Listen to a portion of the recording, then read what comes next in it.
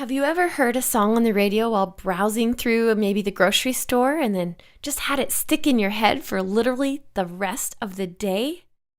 It's podcast number 85, and this is the magic of an earworm for the flutist. Take it away. You can do it, and Rebecca will show you how, step by step all along the way. Introducing the Learn Flute Podcast. Well, hello. I'm Rebecca Fuller, the expert and instructor of the Learn Flute Online programs, where people like you can come and learn in a super easy to understand, accessible format in the comfort of your own home and on your own schedule. It's pure flute education, and today is going to be great. Now, as you heard in the introduction, we're going to be talking about the magic of an earworm for a flutist. Kind of weird and kind of cool sounding at the same time, right? Well, let's get started. For those of you wondering what exactly is an earworm, it's that little snippet of a tune or a song that just seems to get stuck on replay in your mind. It goes over and over and over all day long, and many times you can never seem to get past that phrase. It's like it never finishes. Know what I'm talking about? Yeah, I bet you do.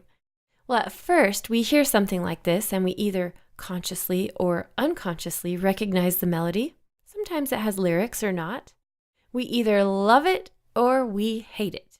And it goes round and round and round in our ear. We say, like a little worm.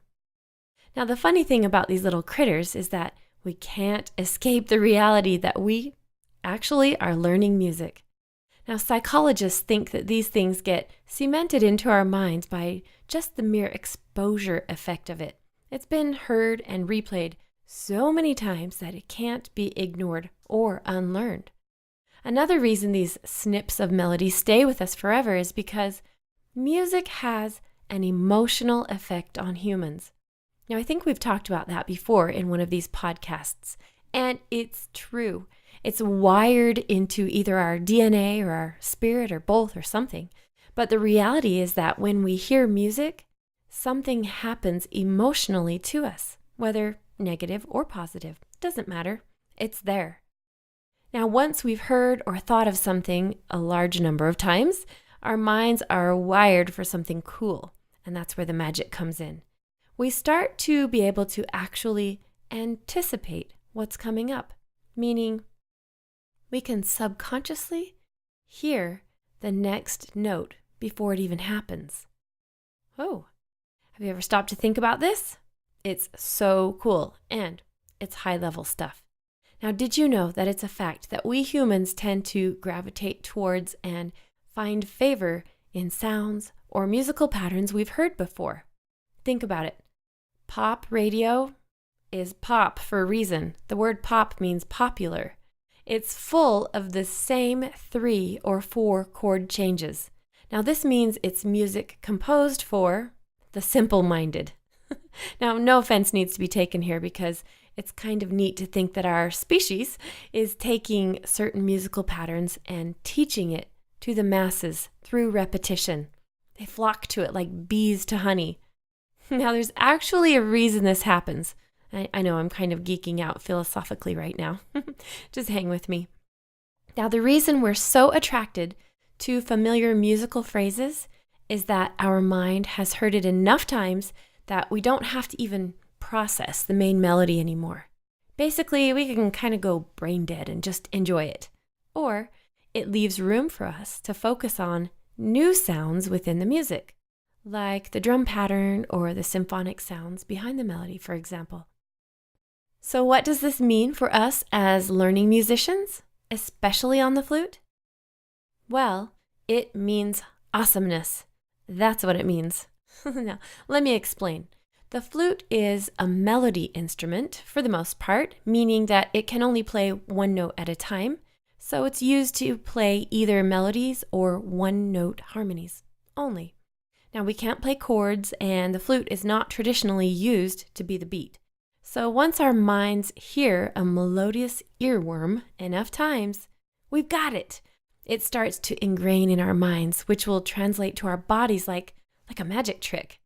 Now remember when I said a minute ago that once we hear a series of notes enough times that we start to be able to unconsciously or even consciously anticipate what's coming next. Yes, when we're a flutist, not only can we hear what's coming next, suddenly our fingers know where they're going before we even tell them to go there. It's so cool. Now this happens to the flutists who practice plenty. First of all, I have to put that out there. They have to practice plenty and are especially great at getting and keeping their scales up to par. We just start to know where to go. Now some people call this playing by ear, but really it's much more than that. It's like a sixth sense or a flute intuition. And boy, it's a beautiful day when it starts to happen for you. Now, how can you accomplish this yourself? Easy. Put the music you're learning on repeat. Let me say that again. Put the music that you are learning on repeat. And I mean repeat. Let it go throughout the house for days. Put it on low so you don't drive yourself crazy, but this is how you do it. Now, being able to play the flute without looking at sheet music or taking a lot of mental space to figure it out is the goal for many. This is just one huge step to get you there naturally. Try it. You'll like it. To end off today, I have a fun story to share with you. I received this from Pamela, who's one of my premium Learn Flute Online members. I think she won't mind me sharing because it's so great. She says, "Hi, Rebecca.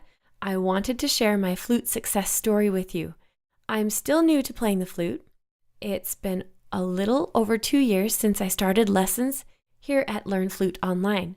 Now, although I haven't completed the intermediate modules yet, I felt confident enough to join a newly formed community band in January. We performed our first concert in May. A local paper published an article about the band this past week, and since we're still growing and need more members, I've noticed that some of the pieces I used to struggle with have become easier, both with advancing through the online modules, lots of practice, and being in the band. Attached is a photo from the newspaper article. I was able to accomplish joining the band and making the flute skills advancement that I have because of your online lessons and great teaching style. Thank you, Rebecca." Oh, I do love this, and I'm wondering, what is your success story? Leave it in the comments section for us all to enjoy and be inspired from. We'll see you later. Thanks for listening today. Remember that this is where people of all ages, such as you, can come, learn, and play the musical instrument flute in an easy-to-follow, organized manner, and in the privacy and comfort of your own home, on your own schedule.